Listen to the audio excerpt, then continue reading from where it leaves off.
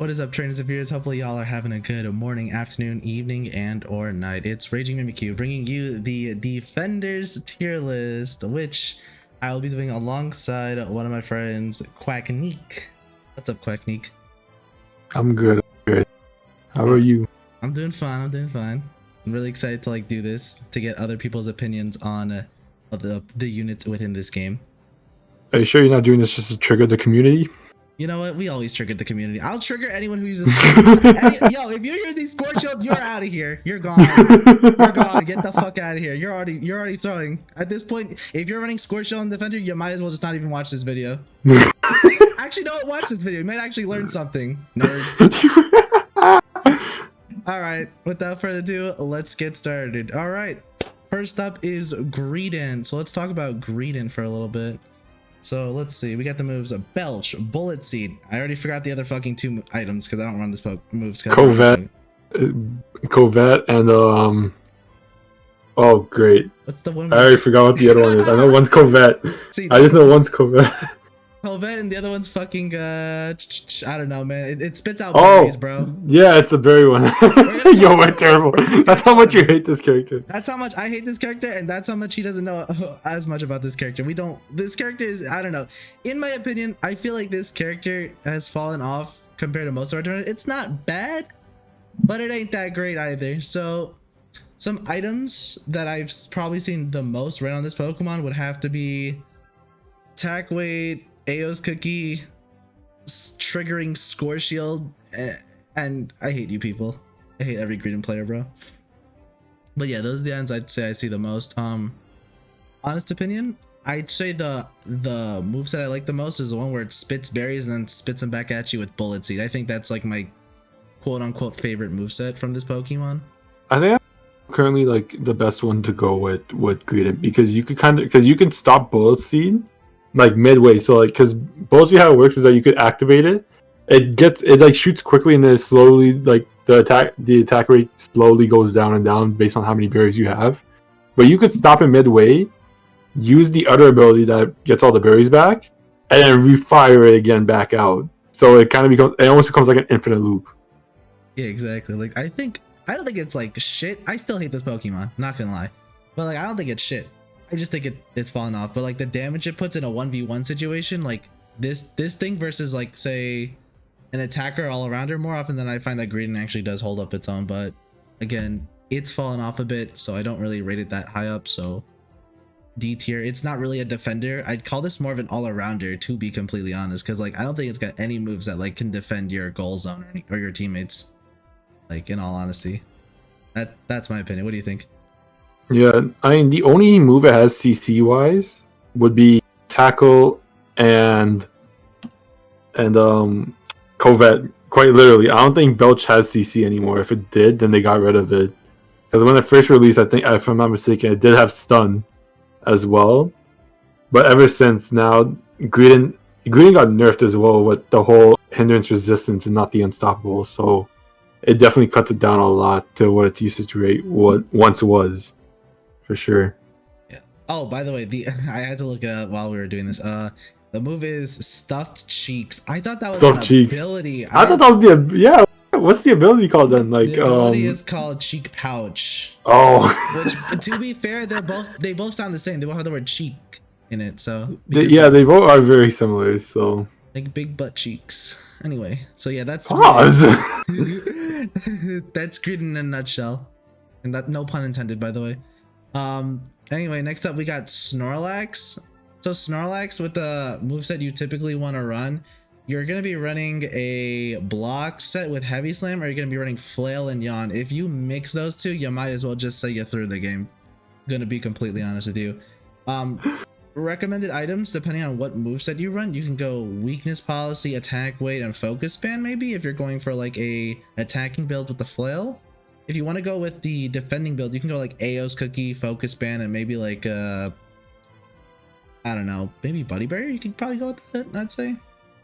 Buddy Bear. I think Buddy Bear is like a safer option because you're being more tank wise and you're focusing to defend. So once you pop your Ignite off, you're giving someone else that shield that could benefit them a lot.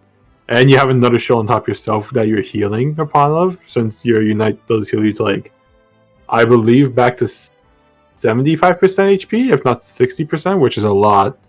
So the fact that you're getting a shield that keeps like growing on top of that is really great for him. Like, bro, I'm gonna be honest with you. To all the Snorlax mains out there, how the fuck do y'all like flop? Because I swear to God, I've played this Pokemon like 4 times and I couldn't get myself to flop over with my Unite. Couldn't do it. Well, like, what are you guys doing? Like, actually, tell me in the comments Jay, down below. you wanna know what the craziest part is? What? All you gotta do, hold a direction, and just press ZR. How Press ZL. would you know that? Like, there's the Z. Like, I know that if I click the wrong move, I'm gonna cancel my Unite move. I know that. Look, bro, I like Snorlax. I rated Snorlax very high on my tier list for the for 151. But like, holy fuck, I couldn't use the Unite move correctly. I'm cheeks when it comes to playing Snorlax. I'm gonna say that right now. You'll never see me play this Pokemon. Not to say I don't like it, but you know, I can't play it. But honestly, good mix of either defense or offense. I'd say if your team is more offensive based, go the defensive route with the heavy slam block. If your team is lacking some damage, go like flail and yawn. Pretty good in like 1v1 situations in my opinion. I feel like that's a little bit better than Greedent because it actually has that defender capability on it. But yeah, that would be Snorlax. I mean, I just think it's genuinely better than Greedent, to be honest. Yeah, I mean, considering the fact that it has much more CC options, and plus, Snorlax in general is amazing early game. It is a real threat towards, especially on top lane if you're playing with like actual tank attackers.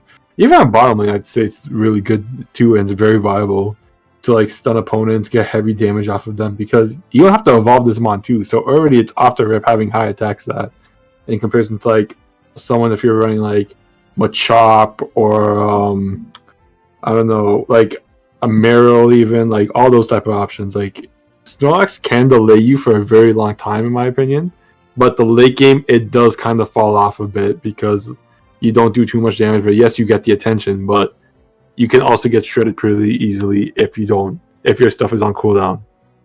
Yeah, then like your ability, Gluttony, if I'm not mistaken, like towards the late game, once all berries are gone or all the first stage bases are broken, like you don't even have an ability anymore. Like I get it, like the Salac berries are about, but like your ability does not actually work with that, funny enough. So good luck. I guess at this point just run flail if you're going offensive. There's no doing any double speeding with X speed and then like a Salac berry doubling that with Gluttony. Yeah, that's not, it's only the citrus berries. A little unfortunate, but yeah, unfortunately, yeah, Snorlax just falls into the C tier category. But yeah, good point though. Great early game overall. All right, next up we got Mamoswine. All right, I like this Pokemon a lot, and unfortunately, it is going to be a C tier. I believe we discussed this a while back when we were making this. Yeah, it is very sad. It's honestly so sad because Mamoswine is like, out of all of the friends you have on this list, Mamoswine is probably the best one when it comes to crowd control. It does so much for you. Every move it has gives you CC, including the basic attack. Like once you get that boosted basic attack off, you get frozen. It's amazing. Like how could you not want this thing? But it's unfortunate that it's this low. Like we tried talking about it for like hours, saying like, how can we move this thing up? We simply can't. We can't. Chat people, there's better options out there, trust. But if you're curious about Mamoswine's kit, we got Icicle Crash, High Horsepower, Ice Fang, and Earthquake. So some items we'll go over first. Attack weight's good, weakness policy is good. Rapid Fire Scarf I feel like is the best item, believe it or not, on this Pokemon, because on your third boosted attack you freeze the opponent, and I believe if I'm not mistaken it is like a small AoE effect too. It is indeed, actually. So that can really take you far. Icicle Crash is pretty good because in that sense what you can do is you can just like plop it on someone, they slow down for a bit, push them back with a high horsepower and then freeze them. Ice Fang is okay. It has a pretty okay cooldown. I believe if I'm not saying it's like 5 to 4 seconds. That's good on paper, but like you can miss this move. Like it's not gonna always make contact, and you know it's like you pick them up, you flip them over to the other side, or you flip them on the enemy team, then you freeze everyone that's in that small little radius. Really cool and all, but you got to be really close to your target, and if they are like saying playing a Snorlax or like they're blocking with something with Unstoppable, then it's kind of like just a waste of a move, and then the damage just doesn't like rack up as much overall. But it's a good Pokemon. Like, I mean, if you're in the lower rankings, like if you're still playing in vet class or like lower than that, I'd say you could still manage the Mamoswine, to be honest, because thick fat is going to increase your defenses as well, which stacks up, I believe, up to 3 times and increase Yeah, it's always 3 times, but it also does decay slowly, so it doesn't go from like 3 to 0. It goes 3, then 2, then 1. So I guess that's also a good factor as well, that you don't always have to restart it. Yeah, I think it's fine. I mean, like, I know people were saying, I mean, I know you hate Earthquake. I know, yeah, I do hate it a lot. I'll admit it's not that great in comparison to high horsepower, because high horsepower does chain very well into Ice Cold Crash. I think something that should be mentioned as well is that if you choose Ice Fang, then you really are just like a melee unit. That's the thing, because at least for Ice Cold Crash, you have some sort of range. Like, at least you could like kind of scope them out. You know what I mean? Like, you can at least get something going per se.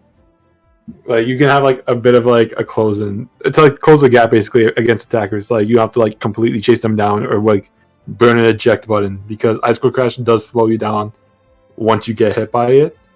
And then if you're still stuck in that area, then you do get frozen for a bit longer. So it does close the gap on anyone that is an attacker or even like a ranged all-rounder per se. But yeah, hey, if gonna be honest with you, even though we decided to put Mamoswine in C tier, it could actually pair really well like with a Ninetales. Like, if y'all laning in the beginning, Ninetales and Strong, I mean not Strong, sorry, Mamoswine, I think you guys got like, you guys can secure top or bot pretty easily. Like, it goes burr for real. Like, yeah, not bad. Like, you know. I think the only other thing that we also did agree on is that the reason for it also being this low is all because like we all thought it was going to be like the same thing when Glaceon came out. It is not exactly what we thought it was going to be. I think that was the most misleading thing that we all thought, or that, and it was like, okay, maybe its only true pairing is meant to be Ninetales because it does benefit off each other. I still think we can find. I don't know if there's a way we can actually pair it up with Glaceon anymore now that Lapras is out, and Lapras does have a good freeze too. But it still pairs up with other units very nicely. Like, don't get me wrong. Like, you could somehow close like if you could play it with like a Cinderace maybe, or even a Chandelure, just to like get I think it's Overheat to pop off 3 times. Like, any of those type like characters like those, really, like that could really help a lot. Or even the Sidgewai, just to get like a free snipe in from distance. Like, those characters, he still benefits those type of characters very well. But if you want to get like a 1-2 punch type thing, then Ninetales, I'd say, would be like its very best option, like the only true pairing you can get with that mon. Yeah, it's an excellent early game, pretty good late game too. I've played a few games with Ninetales players with the Mamoswine. I think it works out, but if it's just a Mamoswine alone, not really doing much, to be honest. So yeah, you're relying a lot, especially if you're doing solo queue as well. You're really relying a lot on your attackers just to like read what you're gonna do. All right, next up we got Crustle. C for Crustle, dude. I'm gonna be honest, I'm for all you people that run Stealth Rock and like Stone Edge, just stop, please. Like, my guys, I could literally just take like 2 steps out of your piece of shit and just say, wow, that was a great attack that did nothing but like 20 damage, 200 damage. What are you guys doing, bro? There's only one good option for this Pokemon, in my opinion, and that's the good old X Scissor Shell Smash. Oh my fucking god. Shell Smash, bro. And like, I just run the eject button, honestly, in case I'm too far from my opponent. I can just get up real close, just start like that 3 times. Yeah, get wrecked, kid. Go home crying to your mommy. But I will say though, one thing I've noticed, so for items, what I typically run on my Crustle is I go for like an attack weight build. I go for like a weakness policy. No, I don't go for weakness policy. Sorry, there's a reason why we don't do that actually. So I usually go for the attack weight. I go for the scope lens and sometimes the razor claw, depending on the situation. I do mix it up a little bit here and there. You're not going to hear focus ban from this one because with shell smash specifically, you're lowering your defenses like so much to the point where you're actually the lowest defender or the lowest defensive stat in the whole game. Even wild mons have a better defensive stat than you. That's how bad we're talking. Exactly, that's how bad it is. So like the focus ban recovery ain't gonna be enough. Like they'll just one shot you once you're in shell smash mode. But like it's fun to play, don't get me wrong, but like it's just that like it's quite literally all or nothing. Like you lose all your defenses, and your unite move is not that bad because upon usage, if you're like close to your enemies, I believe they do actually get stunned or immobilized for like a second. That's at the very start. Yeah, when you activate it, it does stun them and make them like stun. Yeah, like quite literally stun. Like they don't move or whatever. They can't do any moves. I don't think. Yeah, full heal is the only thing that can break out of it.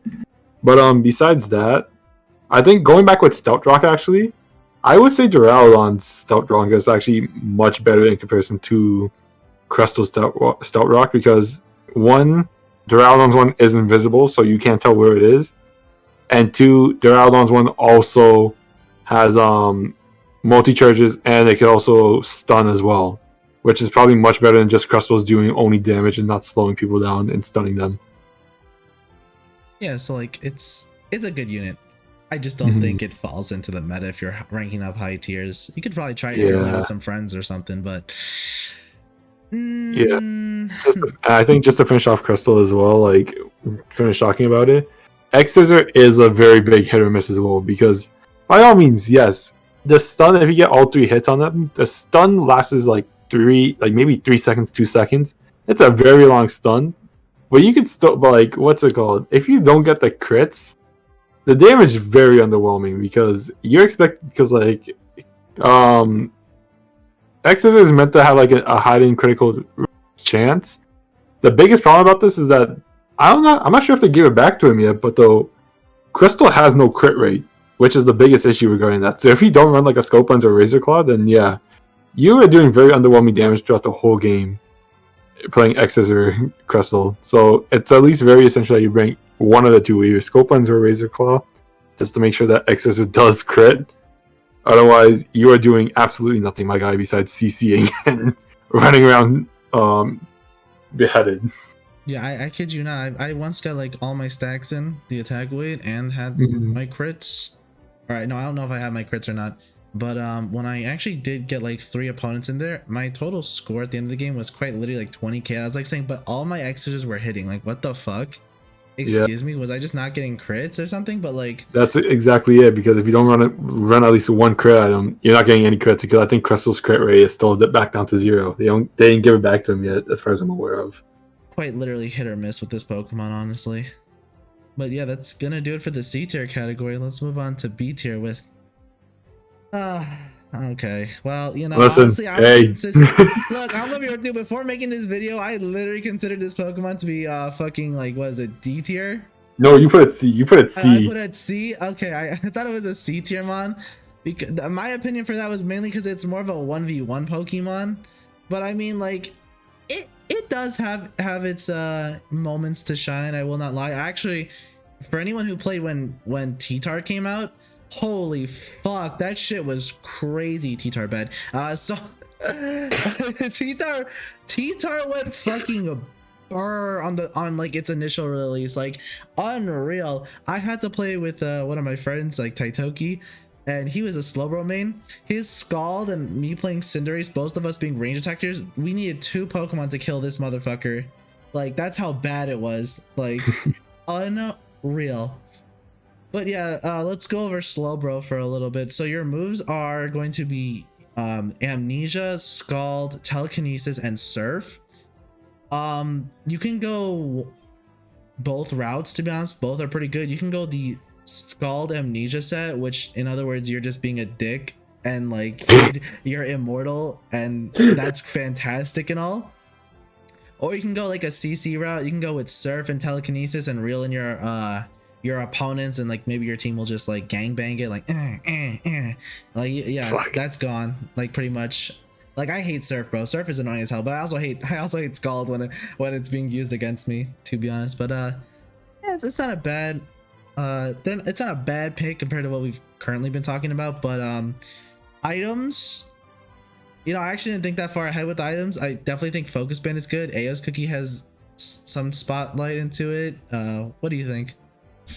You can honestly, yeah, I'd say Focus Band is definitely like a really great item, especially for I even consider it a staple if you're running, if you know you're going to be running Amnesia, because that heal that you get from Amnesia can be ridiculous. You could probably go back to 50% HP no problem if you're down at like 20% per se.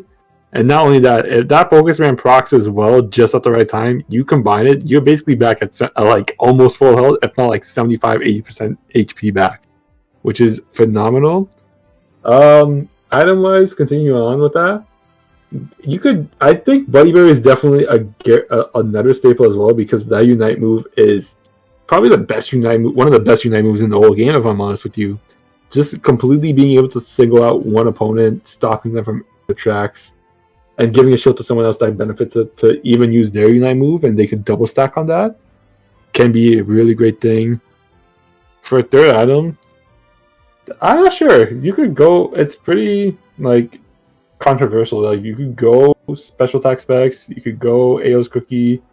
You could go choice specs. I do not recommend Wise Glasses because let's be honest, we all know how that is. Like yeah, it's not that great. Oh, you know, though, a little bit off topic. In the previous video where I was talking about the items, someone actually did mention to me that Wise Glasses was actually better than Rescue Hoodie when it came to healing on Eldegoss, and I was like, interesting. I actually would not have imagined that, so I'm actually gonna do some testing on later today to see what's up with that. Because if that's the case, like, you might want to. okay. I might just switch those two items from C to S and S to C, because like, I don't know. No, Well, maybe not. I wouldn't maybe say not S to C. but Like maybe like from. you could drop. Wait, if you have Rescue Hoodie and S, right? Then you could drop it down to A. Then maybe. Yeah. And no, but here's the thing, right? If that's the case, you can still keep Rescue Hoodie and S, but you can move Wise Glasses up to B, because let's be honest now